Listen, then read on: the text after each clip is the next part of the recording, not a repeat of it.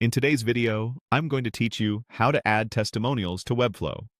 By the end, you'll have a clean, reusable way to showcase reviews on your site using a Webflow app, and you'll know exactly what to click and why.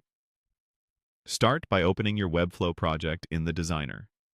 Look for the Apps or Marketplace option in the interface. Open it, and in the search bar, type StarMark. When you see the StarMark result, this is the tool that makes it effortless to create testimonial and review sections. Select it to open its page.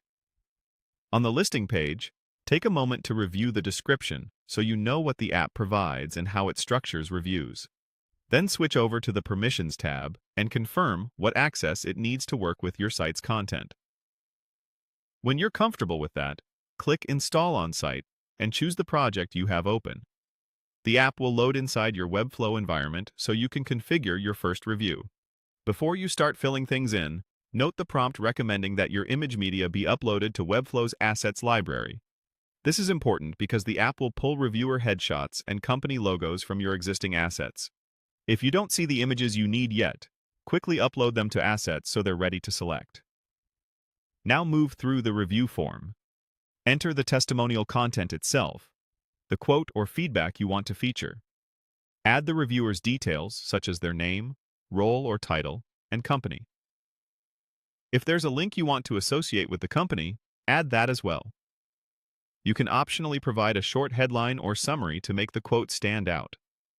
When you reach the image fields, choose the reviewer's headshot from your assets.